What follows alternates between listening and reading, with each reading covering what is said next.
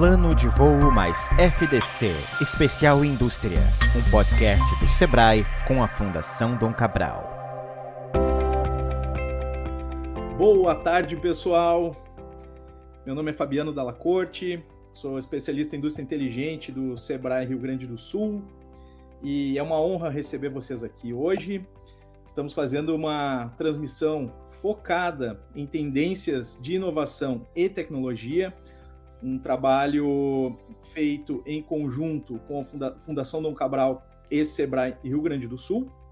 Nós estamos hoje aqui com a Heloísa Menezes, que é pesquisadora do Núcleo de Inovação e Empreendedorismo da Fundação Dom Cabral, economista, mestre em desenvolvimento agrícola e doutoranda em ciências empresariais e sociais.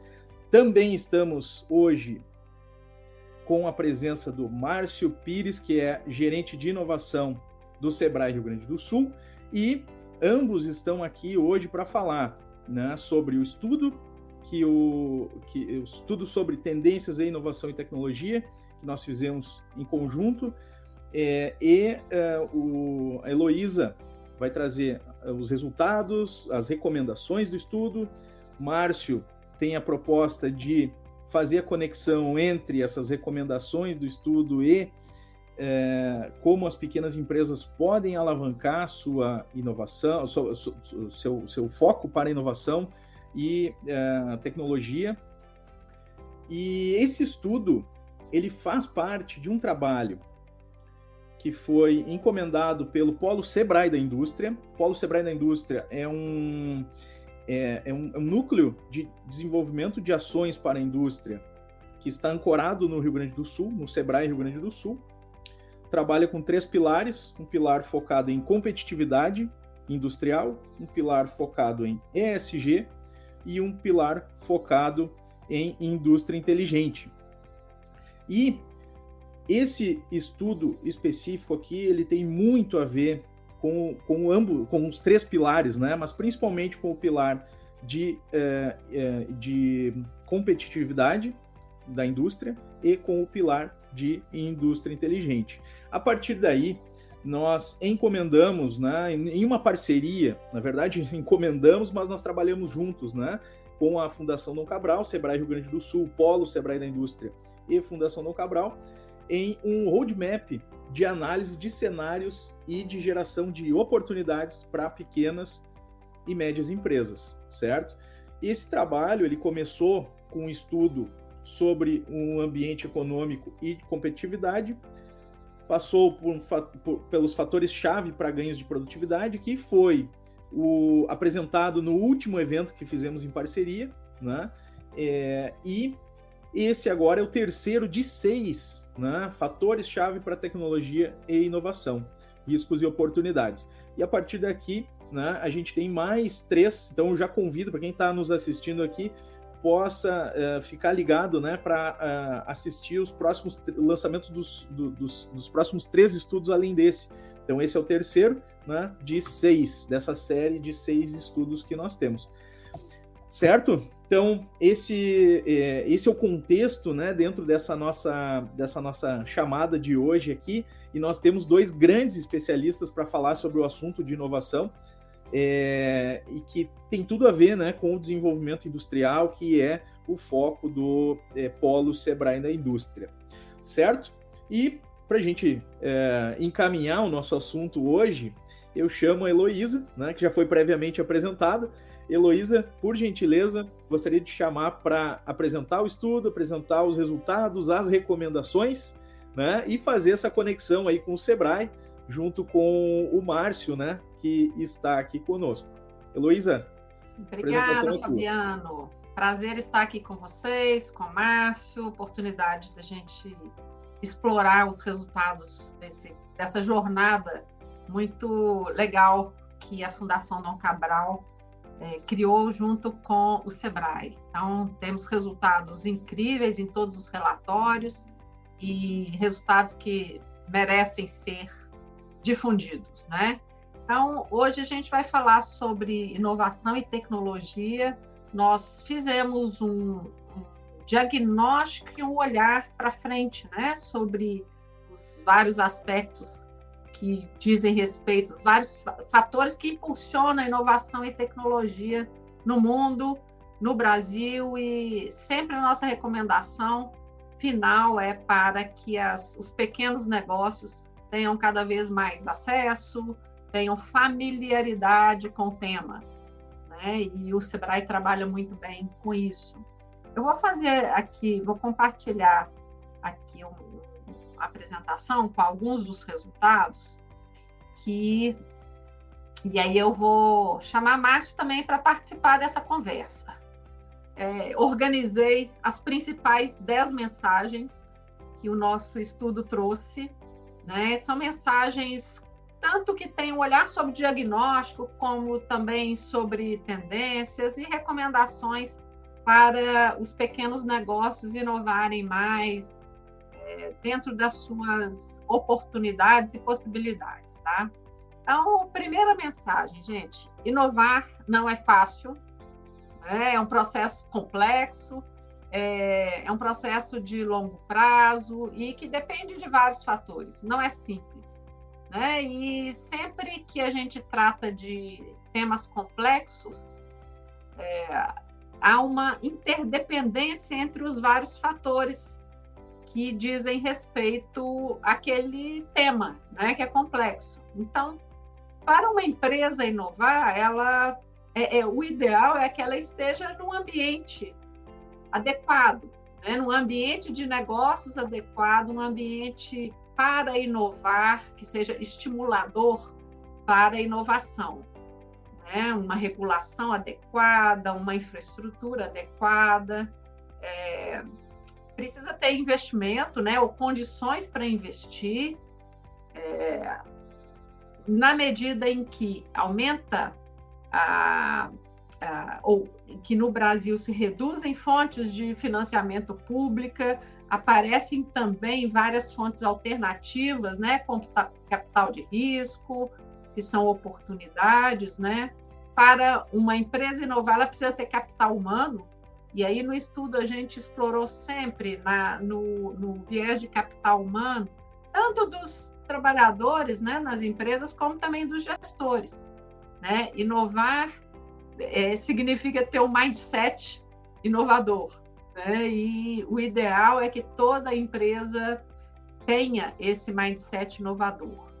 A cultura e um ecossistema empreendedor que abrigue a vontade de inovar e que apoie os processos, né? E também a geração do conhecimento e a difusão. A gente chama muita atenção para os pequenos negócios, para as oportunidades que estão relacionadas à difusão da tecnologia.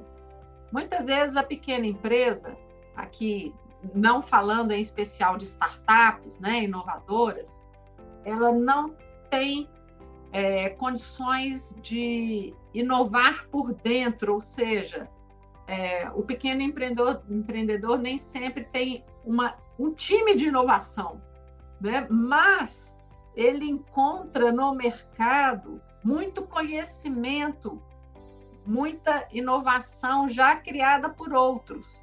Então, é a oportunidade de acessar esse conhecimento já disponível, né? Vamos falar mais sobre isso e acho que o Márcio vai contribuir muito nesse processo também, né? Então, a primeira mensagem é essa: o processo de inovar não é simples, ele tem uma complexidade, tá? Então, não é do dia para a noite que se fala, eu serei uma empresa inovadora, né? Tem vários fatores. Nós encontramos, né, umas correlações muito fortes entre nações inovadoras e nações que têm elevados níveis de desenvolvimento, de renda per capita e de crescimento. Então, um país como o Brasil, que é de renda média, com recentes quedas nos seus níveis de crescimento e de renda, é de se esperar impacto negativo na inovação. Da mesma forma, a gente vê aqui, né, uma correlação positiva entre inovação e renda também.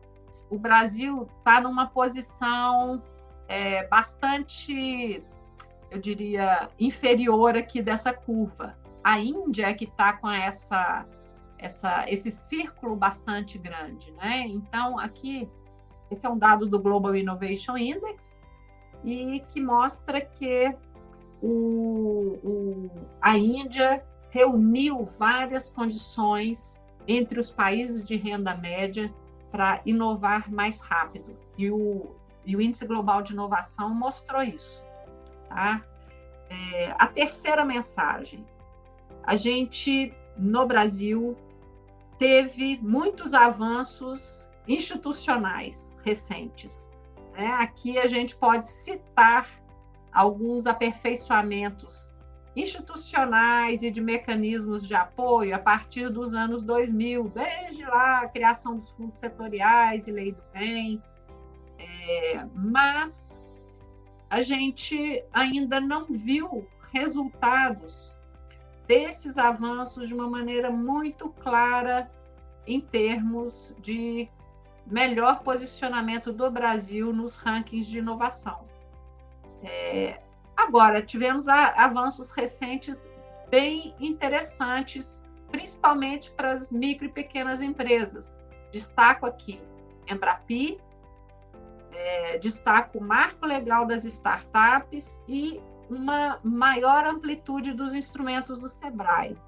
Márcio, como é que você vê esse ponto aqui dos avanços recentes?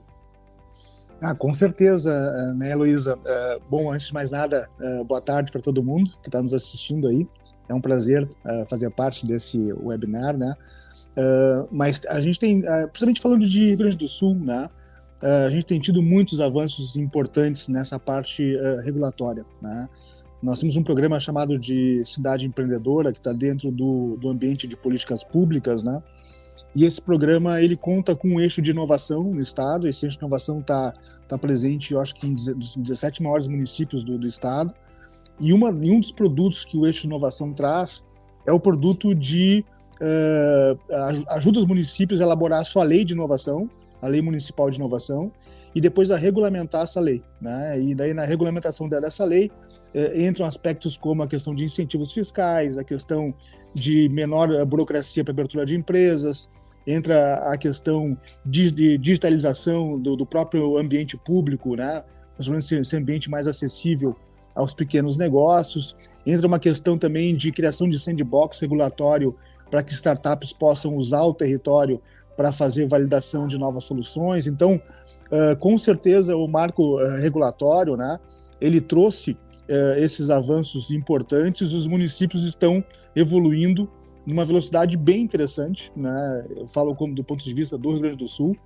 Então, hoje a gente vê vários municípios com governança de inovação que engloba as 4 pás aí da hélice, né? Academia, governo, líderes empresariais, sociedade civil, articulados e tratando de desafios do território, né?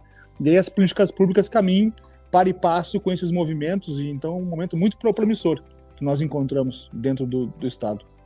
Muito legal.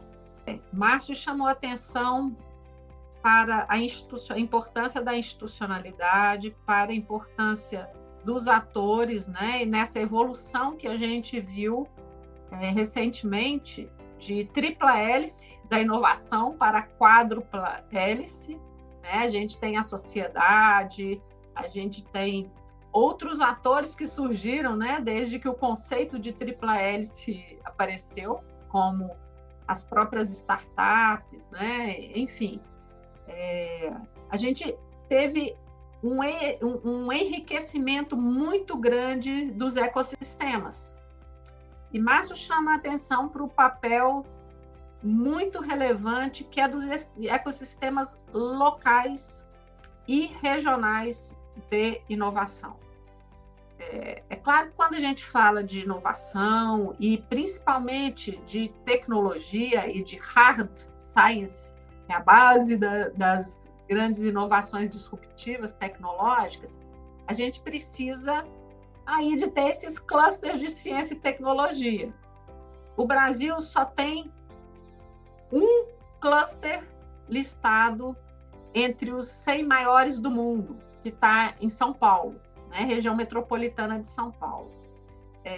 A existência desses clusters de conhecimento é fundamental para gerar o conhecimento, né? E a gente precisa também ter condições de reter, formar e requalificar os talentos, né, para inovar. Isso se dá no nível local. É claro que as pessoas migram, né? As pessoas vão atrás das oportunidades de desenvolver conhecimento, oportunidades de emprego. Mas o papel dos ecossistemas locais para formar pessoas, para desenvolver estruturas para atrair e atrair não só pessoas, mas empresas inovadoras é fundamental, né? Então, ainda sobre esse tópico aqui, né, a gente vê com essa evolução nos últimos anos, né, um crescimento muito grande das startups, né, logicamente em todo mundo, mas também uma evolução muito grande no Brasil, ainda concentradas na região sudeste e na região sul do país, e que foram impactadas nesse momento aí de crise econômica, né, pós-pandemia, por uma maior seletividade do capital de risco, que é o principal capital que alimenta a formação das startups e dos unicórnios em todo o mundo. Então, voltando aqui, recapitulando a origem desse tema, né? A mensagem de que os ecossistemas locais e regionais desempenham um papel muito importante e são mais relevantes quando esses ecossistemas se baseiam e estimulam conhecimentos para aproveitar, não gosto da palavra de vocação, porque eu acho que ela tem um sentido muito estático, né? Mas de aproveitar todo o potencial que as cidades têm e que as regiões têm. E aí, nesse sentido, uma tendência que a gente está vendo é da volta da importância dos clusters, né, que no Brasil a gente apelidou de arranjos produtivos locais, né, de clusters especializados e baseados em inovação. Heloísa, posso fazer uma consideração, aproveitando, claro. Nós voltando aqui na tua apresentação, a questão dos hubs, dos clusters, ele tem muito a ver com o relacionamento do empresário, né, e tanto do empresário tradicional, da empresa que não é de base tecnológica, com a empresa de base tecnológica, né? Ele tem que se conectar ao empresário. Nós sempre batemos em cima desse ponto, né? Quem dirige a empresa, ele precisa ter um relacionamento com outras empresas, com alavancadores, né, de inovação, não só de inovação, mas a partir das conversas e a partir dos debates, né, que as ideias vêm à tona e que elas podem ser compartilhadas. E eu trago um exemplo aqui de uma empresa que que faz parte dos nossos contatos, né? Ela está sediada em Novo Hamburgo, essa empresa, o nome dela é Crescer Tecnologia, e eles desenvolvem sistemas em Arduino, fazem programação para digitalização de indústrias, né? E todo o conhecimento, todo o desenvolvimento deles, eles abrem para a rede deles, né? Eles compartilham, na verdade, o core business deles, eles compartilham na rede, né? Para que isso seja melhorado por terceiros, né? E eles possam melhorar o produto deles e trazer novas ideias. Então, trazendo para o extremo, né, um papel que um hub de tecnologia tem, ou que um cluster tem, né, de promover compartilhamento de ideias, né, compartilhamento de ideias e, além de ideias, né, de concretização de coisas e de compartilhamento de resultados. Como isso é importante para estimular as práticas de inovação, né? Fabiano, muito obrigada aí por essa observação, né? E chama atenção para 2 pontos principais da sua fala. Primeiro é a importância dessa ampliação para o empreendedor, né? De ampliar a rede de contatos. Pensando no empreendedor inovador, essa rede ela tem que envolver outros empreendedores, né? Formando uma cadeia de valor, e também os inovadores que estão nas universidades, nos institutos de pesquisa, além das entidades de apoio, né? Então, o que a gente ressalta da importância desses ecossistemas é a capacidade de conectar as partes a partir da identificação do que é necessário para se atingir novos saltos, né? E esse é um dos papéis muito relevantes do Sebrae, de conectar as partes, né? De identificar a necessidade do empresário e conectar as partes.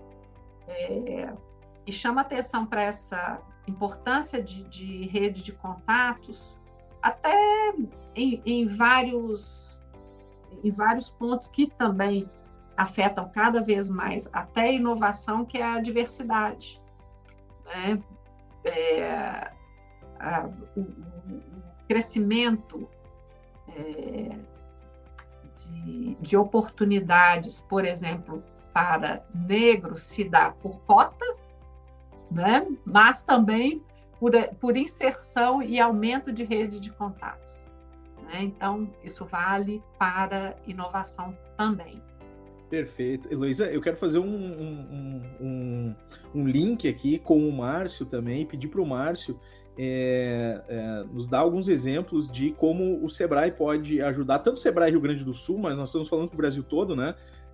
Como o Sebrae Rio Grande do Sul pode apoiar isso, e como o Sebrae como um todo, né, Márcio, quais são os programas que conseguem fazer essa conexão entre as pessoas, né, tanto os alavancadores como os demandantes, vamos dizer assim. Exato. Eu acho que tem vários pontos de conexão, né, com o que a Heloísa trouxe, em termos ali dos nossos ecossistemas locais de inovação e de clusters, a questão dos ambientes acadêmicos, né, a questão de talentos científicos e de transferência de tecnologia para os pequenos negócios e para esses ambientes. A Heloísa falou da palavra vocações regionais, né, a expressão vocações regionais, e que ela traz uma questão meio estática, e no nosso planejamento, Heloísa, a gente está usando hoje, né, a nossa última forma de se referir a isso é como economias impulsionadoras de futuro.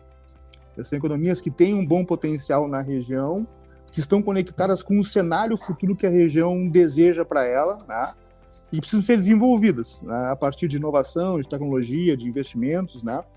E aí, essa relação que existe entre esses atores, normalmente é onde o Sebrae entra, nessa conexão. Então, por exemplo, na conexão com os meios, os ambientes de inovação acadêmicos, né, e as empresas, nós temos uma série de programas envolvendo editais de fomento, envolvendo programas de hackathon universitário, programas onde leva empresas para fazer desafios para universidades e startups. A gente faz programas de apoio às incubadoras das universidades também, né? A gente estabelece hubs do próprio Sebrae dentro de alguns desses ambientes, para ficar mais próximo dessas empresas, né? Tem bônus tecnológico, tem uma série de instrumentos que o Sebrae usa, né, que possibilitam que o pequeno negócio consiga acessar esse conhecimento, essa tecnologia que está sendo gerada no ambiente acadêmico, né? E tem uma outra relação que eu acho muito bacana, né, Fabiano? E aí o Fabiano conhece melhor do que eu, que a gente chama de conexões corporativas, né? Onde então as empresas líderes desses clusters, né, também trabalham o seu encadeamento produtivo, trabalham as suas demandas por tecnologia, por inovação, junto à sua rede de fornecedores, né? E aí o Sebrae também faz um trabalho de organização dessas demandas junto aos pequenos negócios, e é muito produtivo e é muito exitoso esse tipo de projeto, né? Então, nós temos produtos com o poder público, né? Nós temos um produto com a academia, nós temos um produto com as grandes empresas locais e também temos um produto de ecossistema especificamente, onde a gente trabalha com a sociedade desse território, né? Com os líderes, né? Com a governança, né? Então, o Sebrae também trabalha consultorias e apoio a estabelecimento e a execução dos projetos desses ecossistemas, né? Então, na verdade, a gente trabalha nas 4 grandes vertentes, né, do território, quando a gente fala de inovação e tecnologia. E, ultimamente, uma coisa interessante em termos de investimento, o Sebrae desenvolveu um braço próprio de Venture Capital, né? Então, nós temos hoje 4 propostas aqui de parcerias com veículos de investimento estaduais, nacionais, para desenvolver projetos no Rio Grande do Sul, né? Então, aumentando a capacidade de alcançar recursos de risco, né, para aceleração de startups e empresas de base tecnológica, né? Então, tem sido também bem interessante esse processo. A gente sabe que a gente está passando por um inverno, né, do Venture Capital mundial, né? Mas aqui no estado a gente ainda não sentiu muito isso. Claro que os investidores têm sido mais criteriosos, né, no uso dos seus cheques, né? Mas os bons projetos continuam acessando o capital, né? Isso aí, muito bom. Você me chama aqui para um outro ponto bem importante, né, que é a questão de financiamento. A quarta mensagem diz respeito ao dinheiro, né, e como a gente financia a inovação. O Brasil ainda está lá numa posição muito ruim, né? Aproximadamente 50% do total de investimento na inovação é privado, diferente das economias mais avançadas e mais inovadoras que estão aqui no topo dessa figura, né? Cuja despesa do setor público até bem maior. Então, a gente precisa de ter uma maior possibilidade de alavancar investimentos privados e reduzir nossa dependência, principalmente num contexto em que, com restrições fiscais, a gente tem mais limitações de investimento público. Então, na média das empresas brasileiras, a gente ainda tem um investimento insuficiente ou abaixo do necessário. Mas, como o Márcio falou, né, a gente tem visto em todo o mundo e também no Brasil o crescimento de novas formas de financiamento. Nosso sistema está ficando mais sofisticado para financiar. Uma das formas é o Corporate Venture Capital, né, em que as empresas colocam recurso, né, elas querem dividir o risco do inovar com as pequenas empresas, com as startups.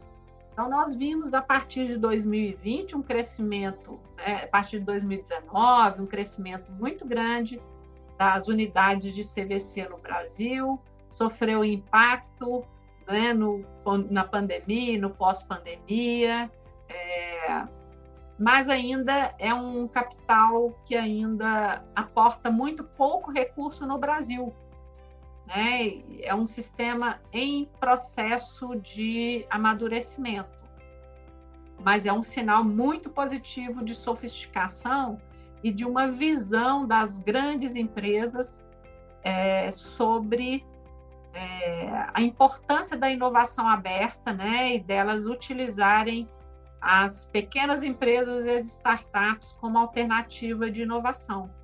Então, essa é uma tendência, né, da inovação aberta e da participação das startups nos desafios da inovação, como o Márcio colocou aqui, das grandes e das médias empresas, e essas passam a fazer parte do ecossistema de fomento à inovação no Brasil. Heloísa, eu vou aproveitar, eu vou fazer mais um gancho aqui, tá? Eu te peço permissão para te interromper, mas eu queria trazer 2 exemplos muito bons aqui, que me parece que encaixam muito bem, né? Essa questão.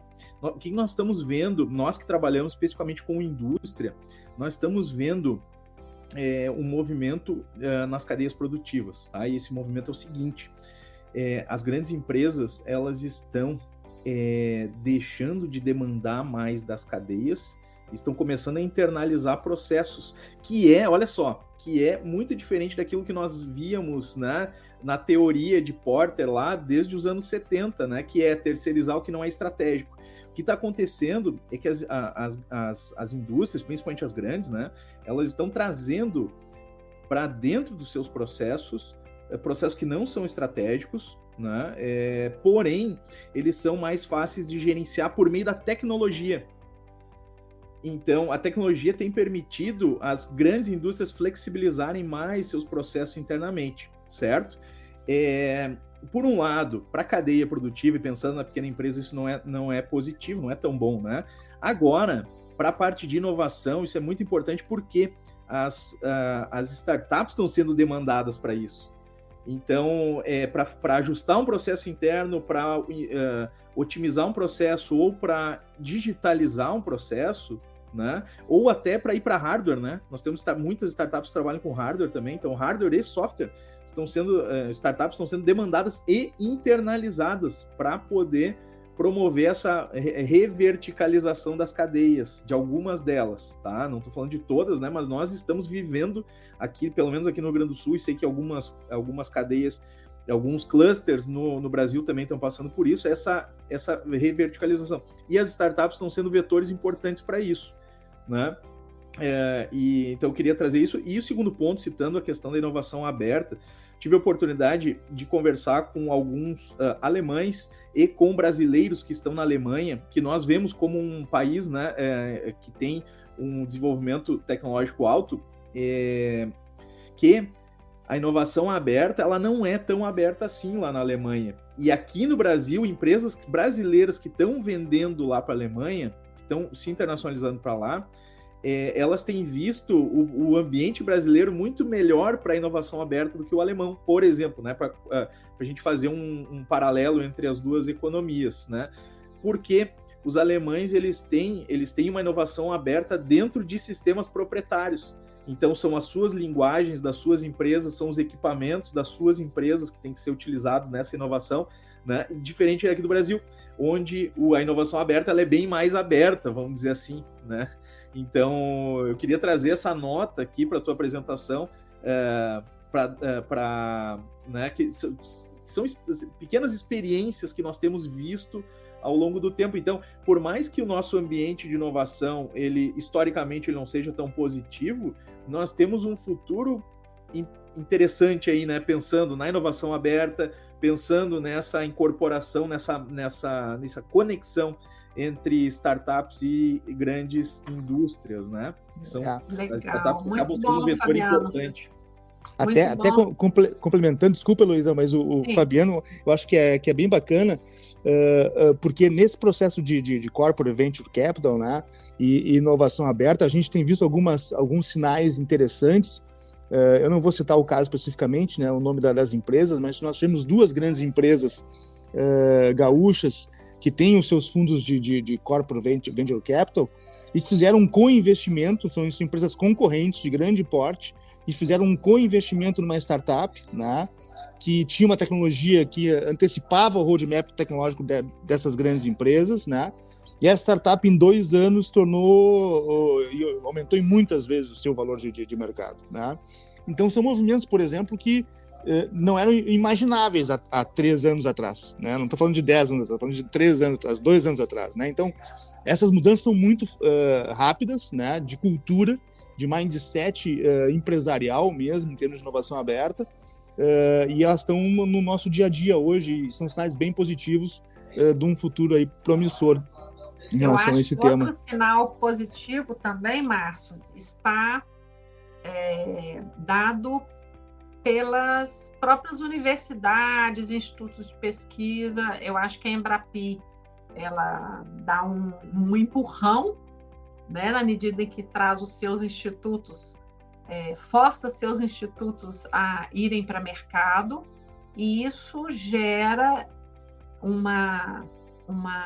inspira, né, até as universidades públicas, que desde estímulo à educação empreendedora tem aumentado, até um maior estímulo também a desenvolver tecnologia e inovação em maior nível de parceria com empresas. Então, acho que a gente está derrubando mitos, né, ao realizar os processos de inovação.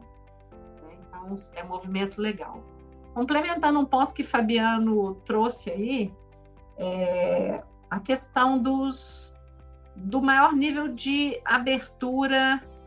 Eu acho que acesso está sendo introjetado no nosso sistema de inovação na medida do avanço da economia digital, que é dado pelos dados abertos.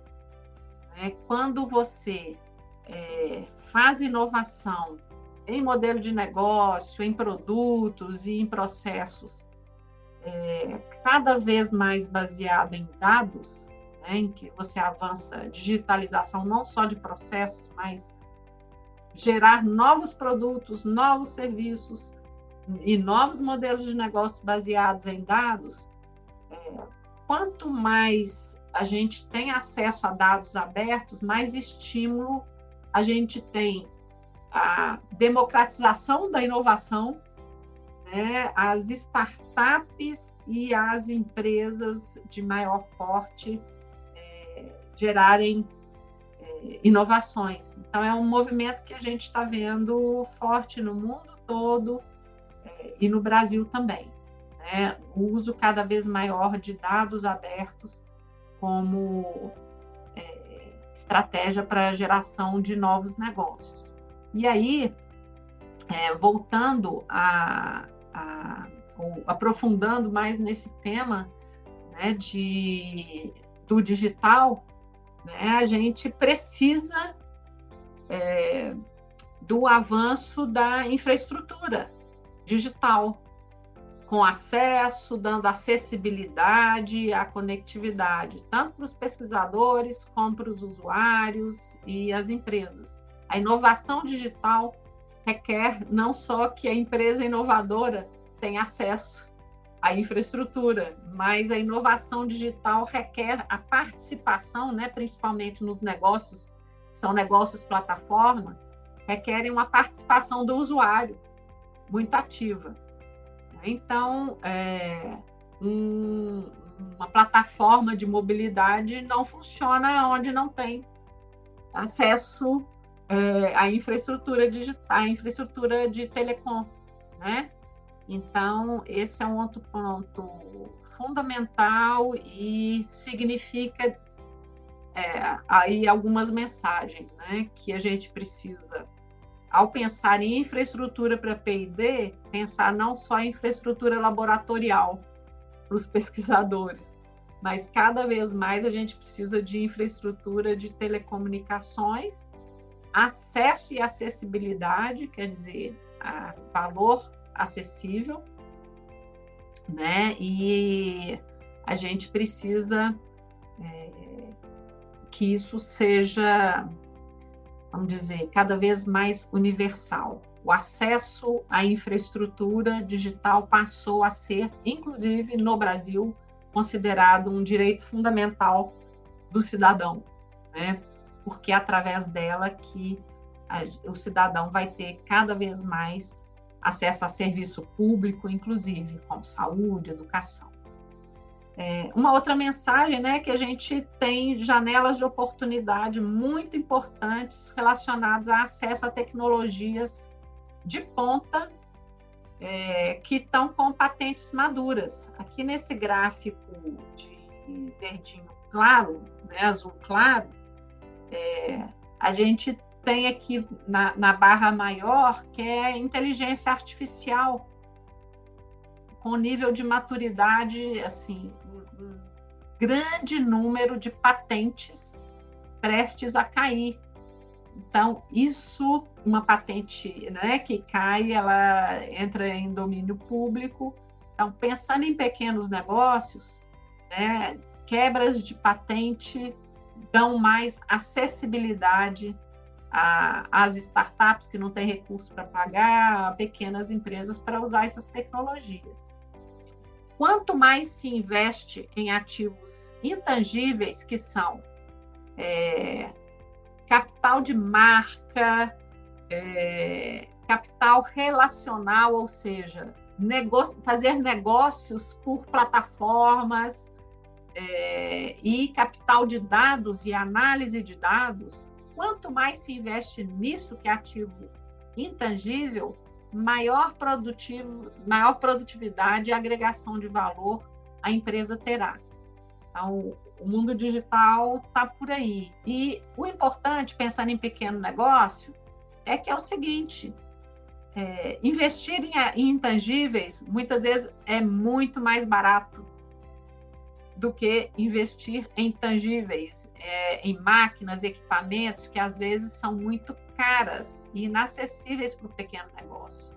Eu acho que a nossa mensagem principal aqui é isso: investir em intangível, em marca, em análise de dados,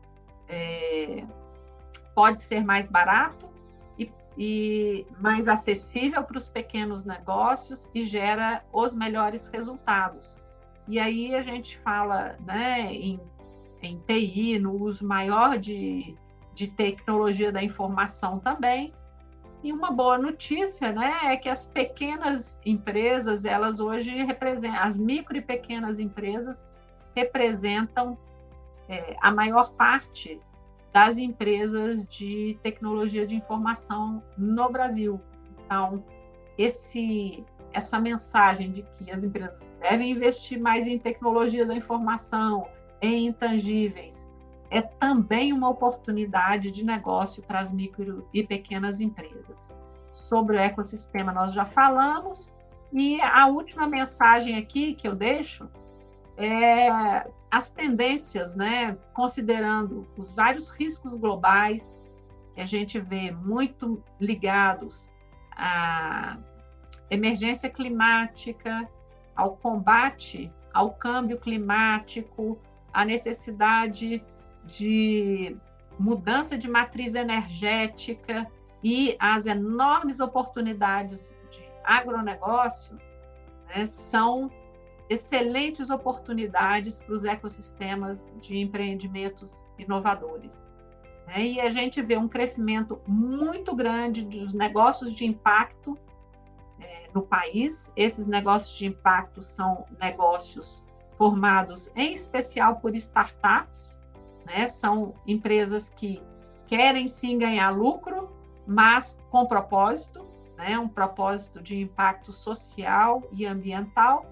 E os investidores de negócios de impacto, que crescem exponencialmente, estão vendo em alimentos e agricultura, educação, saúde e biodiversidade os campos com maior interesse em investir.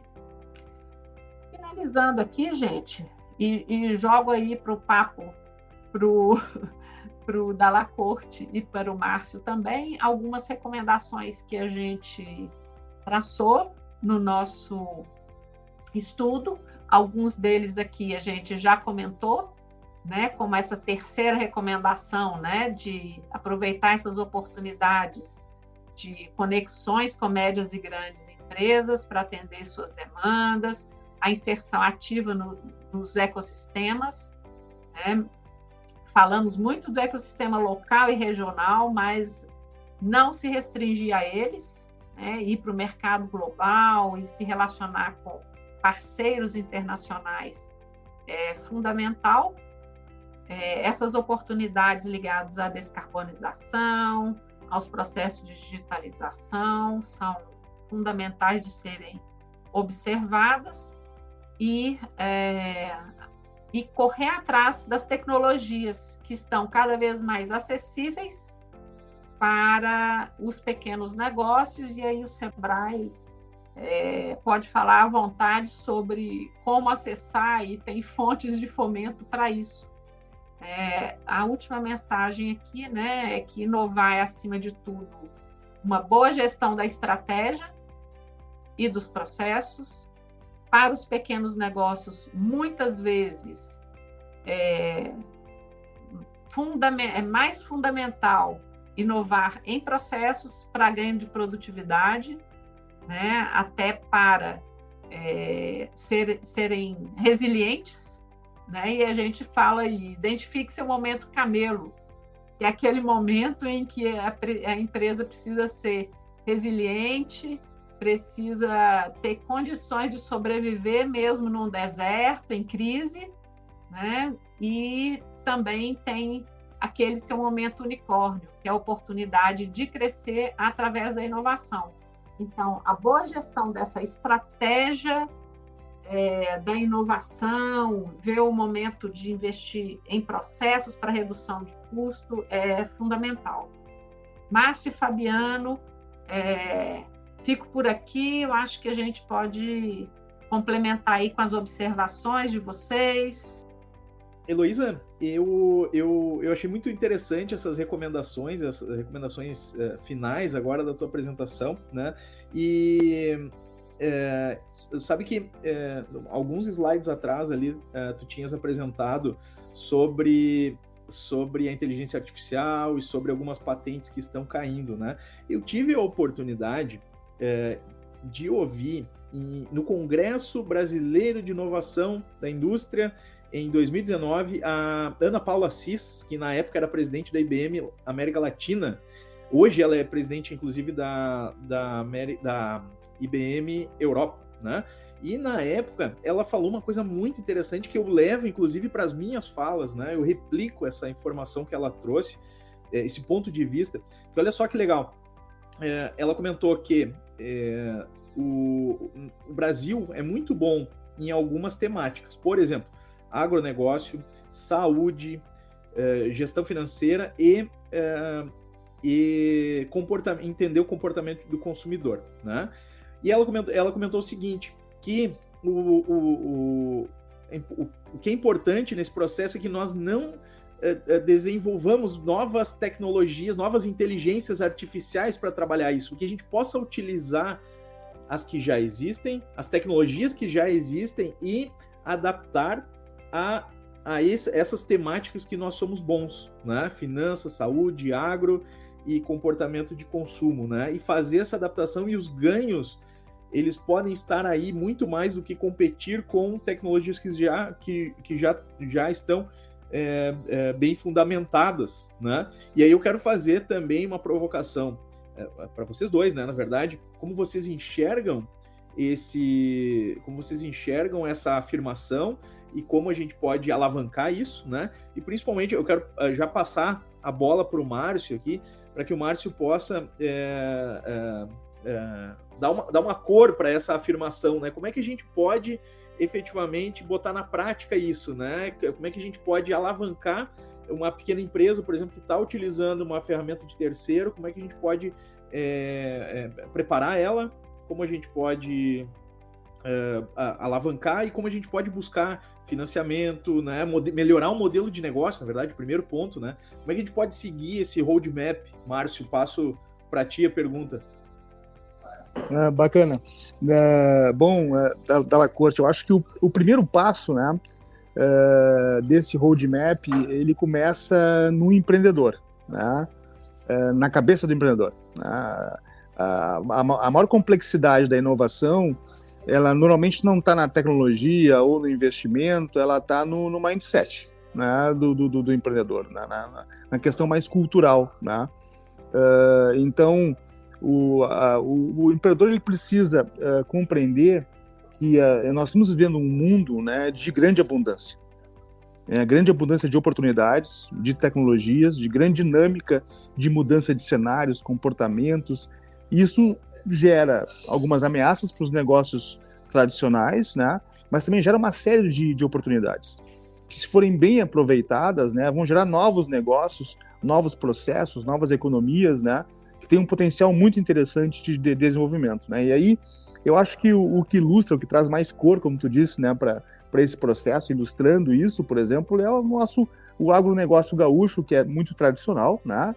O Pampa gaúcho sempre produziu carne, arroz e tal, e hoje a gente fala de food tech, e como food tech, que é um conceito ampliado do agronegócio, né? Onde a gente traz mais tecnologia, onde a gente olha para a cadeia mais ampliada, trazendo a parte de plataformas de venda, logística, por exemplo, para dentro desse setor, né? A gente está falando de 42% do PIB gaúcho, né? Nós tivemos um evento aqui em Lajeado, semana passada, né? O Food Tech Summit, onde 5 startups apresentaram produtos, né? Ligados à Food Tech, e as 5 eram spin-offs de estudantes ou professores universitários, né? E todas elas com tecnologias de ponta, né? Agregando muito valor à cadeia produtiva do agro e aproveitando essas oportunidades, né? Então, foram só 5 exemplos, podiam ser muito mais, né? Isso acontece de uma maneira hoje que, apesar de ser complexo, como a Heloísa trouxe, né? Nem sempre é complicado. Tem uma diferença entre complexo e complicado, né? O complexo significa que não tem só uma maneira de fazer inovação. Tem várias maneiras possíveis de fazer inovação. Por isso que ela é complexa, né? Mas ela nem sempre é complicada, né? Às vezes ela pode ser até simples de ser feita, né? Porque existe hoje uma acessibilidade a tecnologias e a investimento que não era imaginável há 10 ou 15 anos atrás, né? Então, se os nossos jovens empreendedores, principalmente, e os nossos investidores estabelecidos, né, da economia mais tradicional, os líderes empresariais da economia tradicional, estiverem atentos a esse novo cenário, essas oportunidades podem ser capturadas pela economia tradicional e se transformar em valor agregado e em um novo cenário econômico, né? Então, o agronegócio gaúcho, eu acho que ilustra muito bem o que está acontecendo nesse processo, né? Onde a gente vê transformações muito interessantes acontecendo, onde a gente vê, por exemplo, grandes extensões de terra que antigamente só se pensava em soja ou arroz ou gado, e hoje a gente tem azeite de oliva, a gente tem noz pecan, a gente tem vinho, com um crescimento impressionante, né, nessa produção, e agregando tecnologias muito importantes para esse processo. A gente fala de blockchain, de rastreabilidade, a gente fala de os nossos equipamentos do agro, né? A internet no campo teve um avanço impressionante, né? Em termos de imagens que nos ajudam a agricultura de precisão, a agricultura 4.0. Então, tem uma série de questões aí que evoluíram muito rapidamente, né? Quando é que a gente poderia imaginar que drones, né, estariam produzindo uma economia de 30% em defensivos agrícolas, né? Isso é uma coisa que aconteceu nos últimos 3 anos, né? E que hoje está bem comum da gente ver nos campos por aí, né? Então, realmente é um cenário muito interessante. Eu vejo que tudo começa, né, essa jornada com a mentalidade do empreendedor, né? Um empreendedor com uma mentalidade mais inovadora, mais aberto para essas oportunidades. E aí depois veio uma questão que a Heloísa trouxe muito bem, que essa inovação que a gente fala hoje, né, a diferença que ela tem da inovação que acontecia há 20 ou 30 anos atrás é que ela é uma inovação muito mais colaborativa. Ela acontece em rede, né? Então, é essa rede da universidade, com a grande empresa, com um estudante ou professor que teve uma grande ideia, com um investidor de risco, é essa rede que torna essa inovação tão ágil e tão diversa, né? Então, a mente aberta e a atuação em rede, em plataformas, né, ela realmente são os pontos fundamentais da inovação hoje em dia, né? Muito legal, Márcio. Ótima afirmação aí e pintou bem, né, esse cenário que a gente vive hoje. E eu quero convidar vocês a aproveitar agora, tá? Nós temos pouquíssimos minutos até o final da nossa transmissão, então eu vou pedir, eu já vou avançar um passo aqui e pedir para Heloísa fazer 1 minutinho de considerações finais, vou passar para o Márcio também para fazer as considerações finais, e a gente nós vamos nos encaminhar para o final da nossa conversa, certo? Heloísa, recomendações. Legal. Obrigada pelo papo aí, Fabiana e Márcio. A última mensagem é do seguinte, os famosos 6Ds do Peter Diamandis, da Singularity University, eu gosto mais dos Ds relacionados à demonetização e à democratização. Quando a gente fala de pequenos negócios e inovar para os pequenos negócios, pelos pequenos negócios, a gente tem que falar da democratização, do acesso à inovação e dos meios que ajudam a inovar, né? Então, isso é possível pelo avanço do digital, né, das tecnologias digitais e do acesso como dados abertos, que foi colocado aqui, né, da infraestrutura, etc. Então, a gente vive um momento muito rico, né, em que a gente pode fazer uma convergência de tecnologias, né, que antes ficavam restritas à universidade, como as ligadas às ciências biológicas, né, e somar com instrumentos digitais para levar a maior democratização e acesso para um país mais inclusivo, justo e sustentável. Então, acho que essa é a mensagem final, Fabiano. Muito obrigado, Heloísa. Foi um prazer conversar contigo hoje e assistir a tua apresentação sobre um estudo que, inclusive, tem uma relevância altíssima para o nosso mundo hoje, principalmente para o nosso país, né? Márcio, vou te pedir para fazer um minutinho de considerações finais também. Show. Bom, eu acho que se eu pudesse resumir os elementos mais importantes do processo de inovação em uma palavra, essa palavra seria educação, né? O processo educacional, ele talvez seja o nosso maior desafio no cenário em que a gente encontra, quando a gente fala dessa digitalização e dessa exponencialidade, né? Nós temos dois grandes públicos que precisam ser incluídos nesse processo. O público de quem não nasceu digital, que hoje representa uma boa parcela do nosso PIB e da população economicamente ativa, né? Então esse público precisa ser convertido para o digital, né? Então tem todo um processo aí de não só de hard skills, mas de soft skills, né, para esse mundo digital.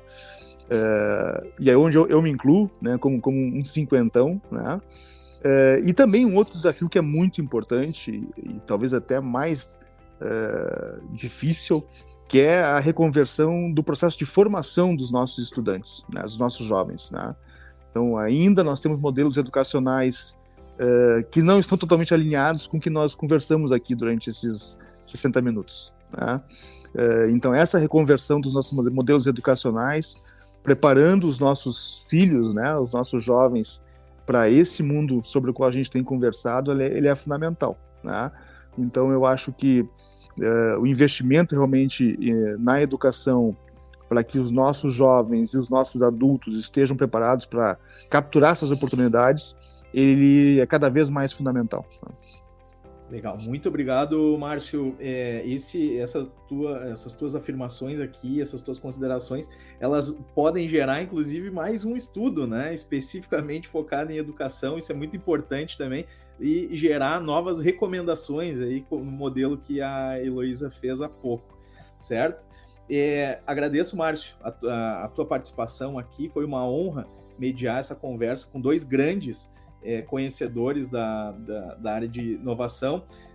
Quero só fazer um complemento aqui. A Sandra Heck trouxe nos comentários que não é mais inovação do P&D interno, e sim inovação colaborativa e aberta, né? Assim como tu trouxeste, né, Márcio, na tua afirmação, e a gente concorda com isso também. Pessoal, nós estamos nos encaminhando para o final. Eu quero fazer um convite aqui. Fiquem atentos às redes da Fundação Dom Cabral, no LinkedIn, no YouTube, e também as redes do Sebrae, principalmente no site sebrae.com.br/polo indústria, onde nós temos o resultado desse estudo a ser publicado, né? Então as pessoas podem ficar atentas ali nas redes da FDC e também para os lançamentos dos próximos estudos que nós temos, né, Heloísa, junto com a Fundação Dom Cabral. Foi um prazer estar com vocês aqui mais uma vez. Muito obrigado, Heloísa, Márcio, foi uma aula aqui incrível, né? Nós precisaríamos de muito mais tempo para aprofundar, mas foi muito bom, foi muito rica essa conversa. Então, agradeço a todos, muito obrigado, bom final de tarde, pessoal, um abraço. Obrigada. Boa noite, pessoal.